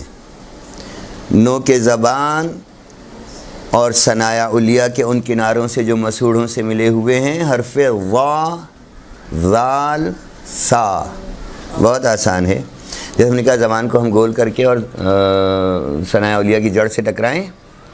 حرف وا مسوڑوں سے ملے ہوئے، ثنایا علیہ جو مسوڑوں سے ملا ہوا، یعنی ثنایا علیہ کی جڑ جس کو کہیں ہم، مسوڑوں کے قریب. حرف وا، والکاظمین الغیظ. جو شخص بھی غصے میں ہو، آپ سے 200 کلومیٹر دور بھی بیٹھا آپ کے بہت غصہ ہے اس کو. چھٹے امام حضرت سید الساجدین زین العابدین امام علی ابن الحسین علیہ الصلاۃ والسلام، صلی علی محمد و آل محمد وعجل فرجہم ولعن اعداءہم، نے فرمایا کہ یہ سورہ مبارکہ آل عمران کی آیت نمبر 134 کا ایک حصہ. 134 آل عمران. بسم اللہ الرحمن الرحیم. والکاظمین الغیظ والعافین عن الناس واللہ یحب المحسنین. یہ آیت پڑھ کے یرحمک اللہ تصور کر کے بھی دم کر دیں تو شخص بہت بھی غصے میں ہو اس کا غصہ ختم ہو جاتا ہے. اور یہ واقعہ ہے خود دسترخوان امام چہارم علیہ السلام کا کہ ان کے خادم ہمارے مالک جو معصومین کے خادم ہیں ہمارے مالکوں کے بھی مالک ہیں کہ وہ دسترخوان پہ کچھ لے کر آئے کھانے کا اور وہ برتن چھلک گیا، امام کے جسم پر کچھ گر گیا. تو امام کا ہم لوگ جو دعویٰ کرتے ہیں، ہم لوگ معصومین کے ماننے والے ہیں، تو ہم لوگ اپنے دعوے میں ان مقامات پر غلط ثابت ہوتے ہیں کہ جب ہم کسی بھی بحث میں بغیر قرآن کے بحث کر رہے ہوتے ہیں، یعنی آیات قرآنی کا حوالہ نہیں دیتے مکمل سمجھ کے، ایسی اپنی طرف سے نہیں. فوراً امام کے ان خادم نے آیت پڑھی والکاظمین الغیظ. وہ ہیں جو اپنے غصے کو، غیظ و غضب کو پی جاتے ہیں، کنٹرول کر لیتے ہیں، سنبھال لیتے ہیں. تو امام نے اس کی طرف دیکھا اور کہا کہ آزاد ہو. کہا والعافین عن الناس، اور وہ لوگوں کو معاف کر دیتے ہیں. تو امام نے اور کہا جائے کہ مسکراہٹ کے ساتھ، محبت کے ساتھ اسی جانب نظر ڈالی، ان کی جانب نظر ڈالی. تو کہا کہ واللہ یحب المحسنین. تو پھر امام نے باقاعدہ کہا کہ میں نے تمہیں راہ خدا آزاد کیا. یعنی یہ بہت ہی ہم لوگوں کے لیے عظیم درس ہے کہ امام مجتبیٰ علیہ السلام کی خادمہ نے امام کو ایک پھول پیش کیا تھا. کہیں اچھا پھول لگا ہوگا ان خادمہ کو جو ہماری مالکہ ہیں. امام کو انہوں نے ایک پھول پیش کیا. امام نے کہا کہ میں نے تمہیں، کنیز تھی امام کی، امام مجتبیٰ علیہ السلام نے فرمایا میں نے تمہیں راہ خدا آزاد کیا. لوگوں نے کہا ایک پھول پیش کرنے پر آپ نے آزاد کر دیا. تو امام نے فرمایا کہ جو تمہیں تحفہ دے تمہیں اس سے بہتر اور اچھا تحفہ دینا ہے، خصوصاً والدین کو. یہاں سے جاتے ہوئے بھی، یا مثلاً آج کل کچھ ایام بھی ایسے ہیں شادیوں وغیرہ کے، تو اپنے والدین کو ضرور پیش نظر رکھیں. زندہ ہیں تو کچھ بھی تحفہ ضرور ماں باپ کو دیں کہ ان کی ایک دعا ہماری نسلوں کی کامیابی کی ضامن ہے. اور اگر کہیں خدا نخواستہ کسی کے ماں باپ یہ دونوں میں سے کوئی ایک ناراض ہے تو وہ سمجھ لے کہ اس نے اپنے لیے جہنم کے دروازے کھول لیے. ماں باپ کو راضی رکھیں. کہاں چلی گئی بحث ہماری؟ کہا کہ والکاظمین الغیظ والعافین عن الناس واللہ یحب المحسنین. بحث ہماری حرف ضا پر. ضا ثنایا علیہ کی جڑ پہ مسوڑے کے قریب ترین زبان کو ہم لے جائیں، نو کے زبان کو، اصل لسان کو، اصلہ کو لے جا کے آواز کو حرف کے ساتھ خارج کریں تو حرف وا. یہیں سے حرف ذال. ذال میں زبان ذرا سی پھیل رہی ہے. اور سا کا تو بہت ہی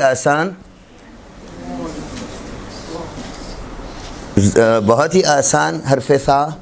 اس کی مثال، جس کا بھی کاغذ ہے اس کی اجازت سے، اس کی مثال بہت آسان ہے. اگر ہم کاغذ کا ٹکڑا زبان کے نوک پر رکھیں اور اس کو لے آئیں سامنے ثنایا علیہ کے نیچے، زبان ذرا سی ثناء علیہ کے نیچے، یہاں سے اگر ہم آواز کو خارج کریں تو حرف سا، سا، انا اعطیناک الکوثر، انا اعطیناک الکوثر، زبان ثناء علیہ کے نیچے ٹکراتے ہوئے آواز کو ہوا سے خارج کریں، بہت آسان ہے، سا۔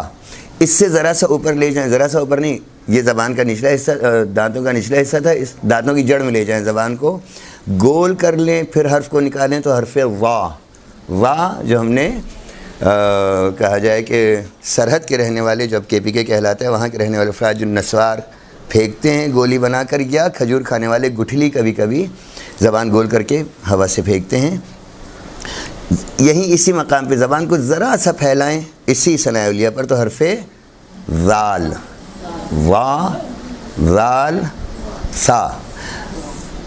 اگر ہم زبان کو اسی کاغذ کے ذریعے سے، یعنی جو ہم نے مثال دی سمجھنے کے لیے، زبان پہ کاغذ رکھ کے اور دانتوں کے نیچے لے آئیں حرف سا، اس سا کو ذرا سا موٹا کر دیں تو یہی ذال بن جائے گا، سا، ذال۔ بہت سے افراد ہیں جو ثناء علیہ کی جڑ سے حرف ذال آسانی سے ادا کرتے ہیں، بہت سے افراد ہیں جو زبان کے ثناء علیہ کے نیچے سے زبان کو لا کر پھر حرف ذال آسانی سے ادا کرتے ہیں۔ کہاں ہے مثال حرف ذال کی؟ الذی علمہ، ہاں بالقلم، نہیں غلط ہو گیا نا، اذا جاء نصر اللہ، اذا، ٹھیک ہے۔ سا، یہ حروف کیا ہیں؟ حروف لسویہ، چونکہ وا، ذال اور سا میں زبان ثناء علیہ کی جڑ میں لستن کے پاس، لسہ کے پاس پہنچ رہی ہے، اس مناسبت سے ان حروف کو الحروف اللسویہ یعنی مسحوڑی کے حروف کہا۔ یہاں تک کہ بحث ہمارے سامنے آ گئی، ہمارے پاس اس وقت کچھ حروف اور آ گئے ہیں۔ حروف حافی کے بعد حروف ذولقیہ، لام نون را، حروف نطعیہ، تا دال طا، حروف لسویہ، سا، ذال اور وا۔ کچھ حروف ہمارے پاس سا، ذال، وا، یہ جو ابھی میں نے لسویہ جو پڑھے ہیں، وا تو زوئے والا زوئے، مثال بھی دیا ہے تو قرآن سے والکاظمین کی، ذال میں الذین اذا جاء، اور سا انا اعطیناک الکوثر۔ انشاءاللہ یہ بحث ابھی ہمارے سامنے مکمل ہو جائے گی۔ دانتوں کی بحث ہمارے پاس تمام ہو چکی ہے، اور اس کے بعد آئے گی حروف ہجائیہ کی بحث۔ حروف ہجا میں ہمیں معلوم ہے کہ البتہ یہ چھوٹے بچے ہوتے تو ان کے لیے زیادہ فائدہ مند ہے، لیکن آپ لوگوں کو بھی حاصل کر لینا چاہیے حروف ہجا کی ترتیب، مرکب حروف اور ترتیب ابجدی۔ مرکب حروف میں ہم کچھ مثال دے دیں گے۔ مرکب حروف میں حروف کو جب ملا کر لکھتے ہیں تو کچھ حروف پورے لکھے جاتے ہیں، کچھ حروف آدھے لکھے جاتے ہیں، وہ مثال ہمارے سامنے آ جائے گی۔ مرکب حروف میں کچھ حروف ہیں جو پورے لکھے جاتے ہیں، مثلا مرکب حروف میں ہمیشہ واو پورا لکھا جائے گا، الف پورا لکھا جائے گا، صحیح ہے۔ میم، حمزہ، شین، سین، یہ کچھ حروف وہ ہیں کہ جو آدھے لکھے جائیں گے، کہاں پر؟ مرکب حروف میں۔ جب ہم مرکب حروف لکھیں گے تو پھر ان کو آدھے لکھیں گے، پورا نہیں لکھیں گے، یہ بہرحال معلوم ہو جانا چاہیے، یہ بحث بھی ضروری ہے۔ حروف مقطعات میں ہمیں معلوم ہو گیا کہ حروف مقطعات قرآن مجید کے کچھ سوروں کے آغاز میں ایک ایک مفرد حرف ہے، کچھ سوروں کے آغاز میں دو دو مفرد حروف ہیں، کچھ سوروں کے آغاز میں چار چار، پانچ پانچ، حتیٰ 6 حروف بھی مرکب ہیں جن کو الگ الگ کر کے بھی لکھا جاتا ہے۔ ہم نے دیکھا سورہ مبارکہ بقرہ میں کتنے حروف ہیں؟ 3 حروف ہیں، جس میں سے ایک پورا لکھا گیا اور دوسرا آدھا لکھا گیا۔ کیا تھا؟ الف، لام۔ لام کو ہم نے پورے کو نہیں لکھا، جب میم سے ملا دیا تو یہ آدھا لکھ کر میم سے ملا دیا، یہ ہے مرکب حروف۔ کچھ حروف ہم نے دیکھا کہ 4 حروف ہیں، مثلا الف لام میم را، لام اور میم آدھے آدھے لکھے گئے، را پورا لکھا گیا، الف پورا لکھا گیا، درست ہے۔ کچھ حروف ہیں کہ جہاں پر ہم دیکھتے ہیں کہ مسلسل 3-4 حروف آدھے آدھے لکھے گئے، کہاں؟ سورہ مبارکہ مریم کے حروف مقطعات کیا ہیں؟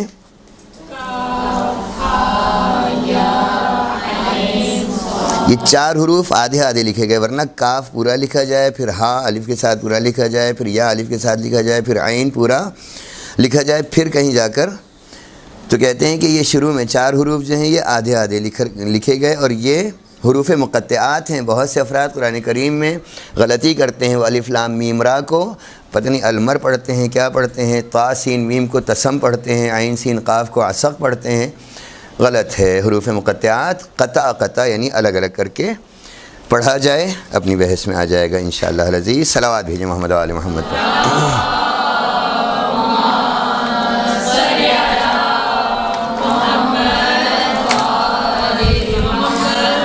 آج کی بحث میں ہماری انتہا ہوئی ہاں حدیث نفس کی نماز سب کے لیے پڑھی جا سکتی ہے، سب کی نیابت میں پڑھی جا سکتی ہے، بچوں اور بوڑھوں سب کے لیے، اور سورہ حمد کی تلاوت ہم ابھی انشاءاللہ انتہا پر کر لیں گے۔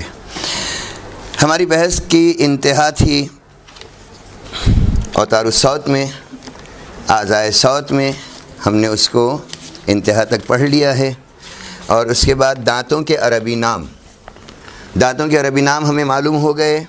آخری بحث تھی ہماری حروف لحاظ کی، آج ہم نے صرف دہرا دیا اس کو۔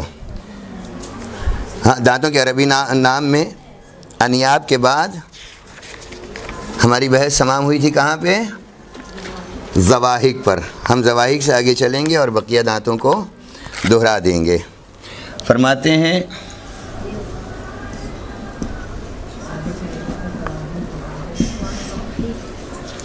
دانتوں کے عربی نام زواحق، واد واو الف ہا کاف، یہ پہلے آ چکا ہے نہیں؟ زواحق تک جا چکے ہیں ہم 4۔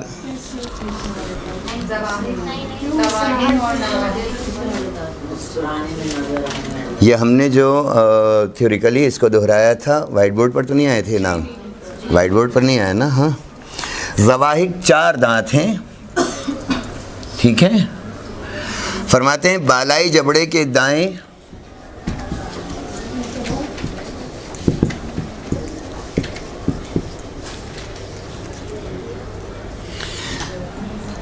اور بائیں طرف، بالائی جبڑے کے دائیں اور بائیں طرف کتنے دانت؟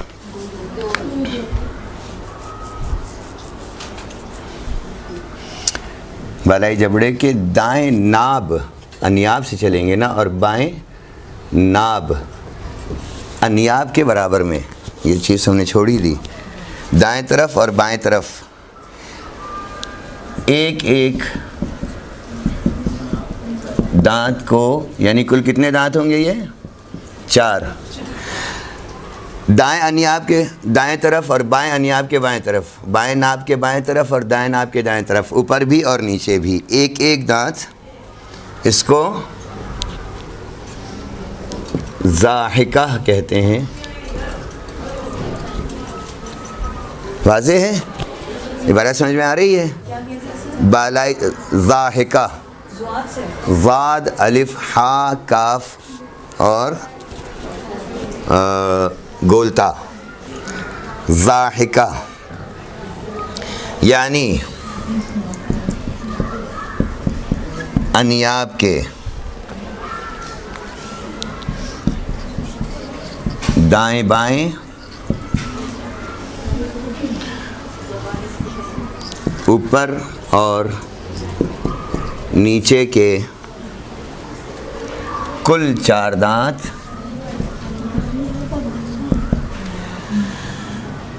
زواحق کہلاتے ہیں۔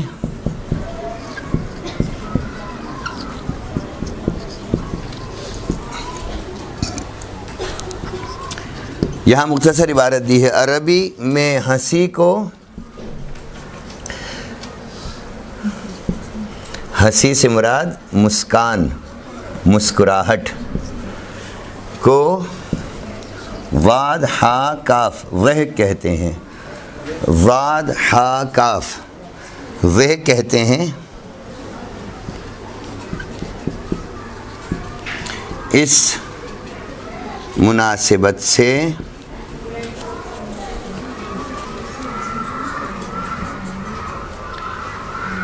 چونکہ یہ دانت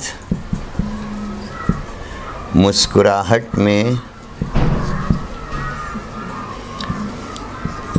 نظر آتے ہیں، انہیں ضواحک کہتے ہیں۔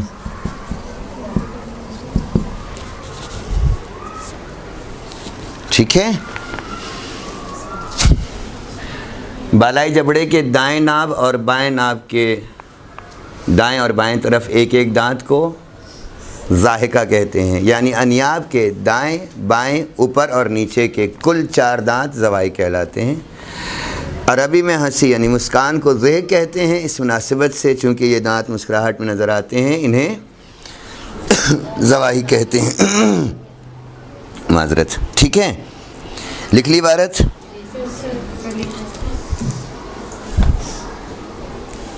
املا کی کلاسز دینا چاہیے ہمیں بہت ساری، ہو گئی؟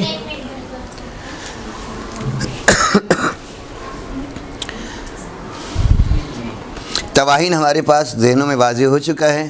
تواہین کی نسبت کیا ہے، تواہین کیوں کہتے ہیں؟ مختصر عبارت، بلکہ یہ آپ لوگوں کو لکھوانا چاہیے، یوں ہی وائٹ بورڈ پہ نہ لکھوں۔ سر یہ اوپر بھی ضواحک ہے نیچے بھی ضواحک ہے، دونوں طرف کے بابا، یعنی انیاب میں اوپر کے دونوں انیاب کے برابر والے، نیچے کے دونوں انیاب کے برابر والے، یہ 4 دانت ضواحک کہلاتے ہیں۔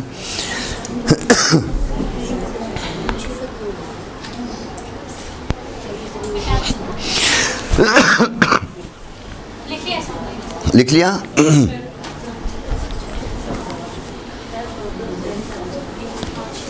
سر آپ صرف رائٹنگ ڈال دیں اور باقی عربی کا جو ورڈ ہو وہ آپ لکھ دیجیے، باقی ہم لوگ سے اس میں کچھ سمجھ پائیں گے، کچھ نہیں سمجھ پائیں گے۔ دیکھیں یہاں پر اختلاف امتی رحمت ہو گئی۔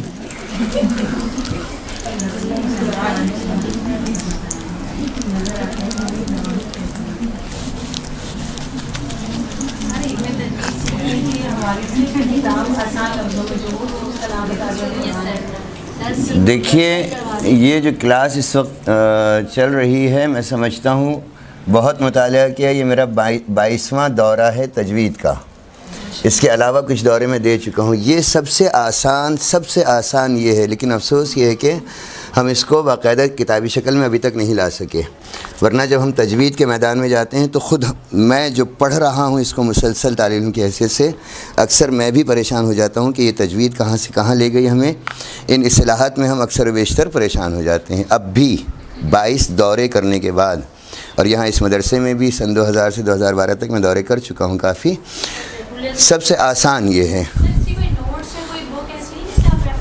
بکس ہیں، اس کی بکس ہیں، کئی ایک بکس ہیں، میں کچھ کے نام دے دوں گا آپ کو۔ خوب، یہ نہیں ملے گا کہیں بھی، اس کے لیے ہم نے بہت کوشش کی ہے، لیکن ہاں کاپی آپ کو مل سکتی ہے جو میرے ہاتھ میں ہے، اس کی کاپی مل جائے گی۔ خوب، ہمارے پاس ہے تواہین، وقت گزر گیا کیا؟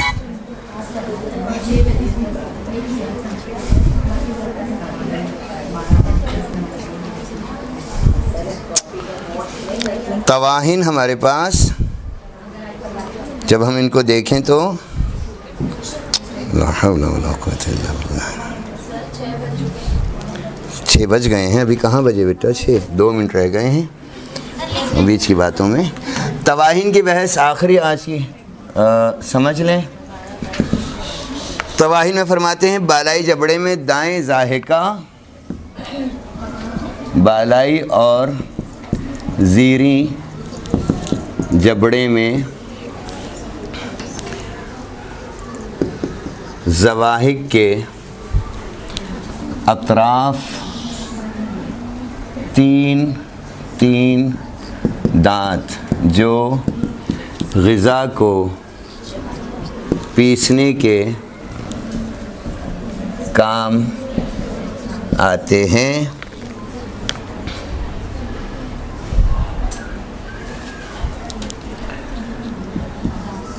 انہیں تواہن، اس کی مفرد ہے طاحنہ، طاح نون گولتا، طاحنہ. انہیں تواہن کہتے ہیں.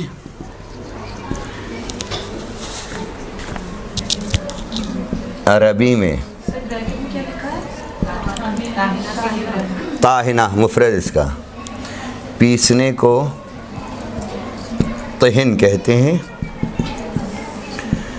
اس لیے چکی کو بھی طحن کہتے ہیں. طحن، طاح نون دو پیش. اس نسبت سے یہ 12 دانت تواہن